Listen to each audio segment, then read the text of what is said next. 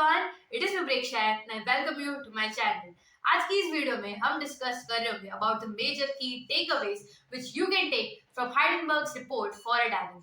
लेकिन इससे पहले अगर आपने इस चैनल को सब्सक्राइब नहीं किया then do it now for more such finance and business related content.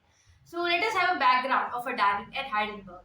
So Adani basically एक कंपनी थी started in 1988 by Gautam Adani, जो पहले इनिशियल डेज में फोकस करता था इंपोर्ट और एक्सपोर्ट को लेके.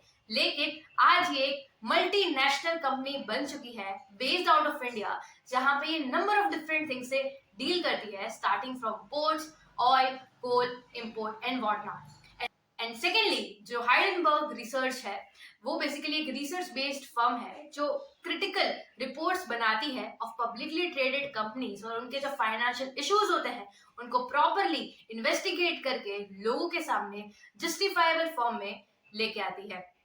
सो बेसिकली जब से ये रिपोर्ट आया है हमें एक ड्रास्टिक इफेक्ट इन सभी जो कंपनीज उनके शेयर प्राइस पे दिख रहा है. इसका इफेक्ट आप क्लियरली यहाँ पे देख सकते हो.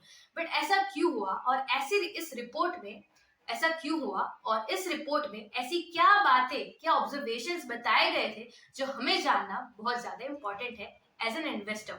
हाइडेनबर्ग जो कंपनी है उन्होंने 2020 में एक रिपोर्ट पब्लिश किया था for EV based company Nikola Corporation, जिसके बाद ये क्रिटिकल रिपोर्ट पब्लिश होने के बाद उनके जो शेयर प्राइस है बहुत ही ज्यादा करेक्ट हो चुके थे एंड बहुत ही ज्यादा उनकी वैल्यू कम हो गई थी. एंड एक ऐसा सिमिलर इफेक्ट हमें देखने को मिला था जब इनका रिपोर्ट अडानी के लिए पब्लिश हुआ था.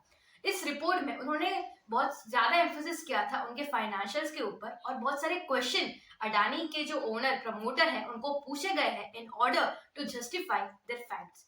सो बेसिकली अडानी एक ऐसी कंपनी है जिन्होंने क्वींसलैंड ऑस्ट्रेलिया में एक जगह डिसाइड की है जहाँ पे वो कोल माइन बनाना चाहते हैं. लेकिन इससे लिंक्ड बहुत सारे environmental as well as political concerns है. But despite all of this वो ये करना चाहते हैं प्रोजेक्ट जिससे कि वो one of the world's largest coal mine बन जाएगा. इस रिपोर्ट में उन्होंने बहुत सारे फाइनेंशियल इम्प्लीकेशंस एंड बहुत सारे क्वेश्चंस रेज किए हैं, आउट ऑफ विच हम ये ऑब्जर्वेशन ले सकते हैं कि सबसे पहली चीज तो ये है कि अडानी जो कंपनी है उनके जितने भी पब्लिकली लिस्टेड स्टॉक्स है उन सभी स्टॉक्स की कंपनीज का जो करंट रेशियो है वो 1 से कम है. But what actually is current ratio? Current ratio is basically the ratio of your current asset divided by your current liabilities.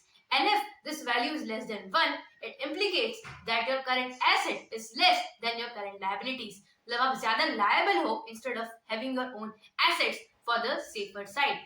दूसरी चीज उन्होंने ये बताई थी कि according to Securities Exchange Board of India, that is SEBI, 75% से ज्यादा किसी भी पब्लिकली लिस्टेड कंपनी में प्रमोटर की होल्डिंग नहीं हो सकती. डिस्पाइट दिस फैक्ट इन जो अडानी की कंपनीज है, पब्लिकली लिस्टेड कंपनीज है, उनकी जो प्रमोटर होल्डिंग है वो इस लिमिट से कई ज्यादा एक्सीड कर चुकी है एंड स्टिल इसके ऊपर कोई एक्शन अभी नहीं लिया गया है. तीसरी चीज नोट करने के लिए ये है कि इस कंपनी ने पिछले 8 सालों में 5 CFOs बदले हैं. Yes, 5 CFOs have been changed in last 8 years, which again brings a question कि ऐसा क्यों हो रहा है, क्यों इतनी frequently CFOs इस कंपनी के चेंज होते जा रहे हैं. And another thing is, अगर किसी भी कंपनी को अपनी ऑडिटिंग प्रोसेस करनी है या फिर फाइनेंशियल्स बनाने हैं उसके लिए वो पार्टनर करते हैं किसी एक ऑडिटिंग फर्म के साथ. एंड इसी के लिए अडानी ग्रुप जो ग्रुप ऑफ कंपनीज है उन्होंने पार्टनर किया है एक ऐसी फर्म के साथ जहां पे सिर्फ 4 पार्टनर्स है और 11 एम्प्लॉयज है. And out of which 2 employees जिनकी एज ग्रुप लाई करती है between 23 to 25 years of age group, वो लोग इन कंपनीज की ऑडिटिंग करते हैं.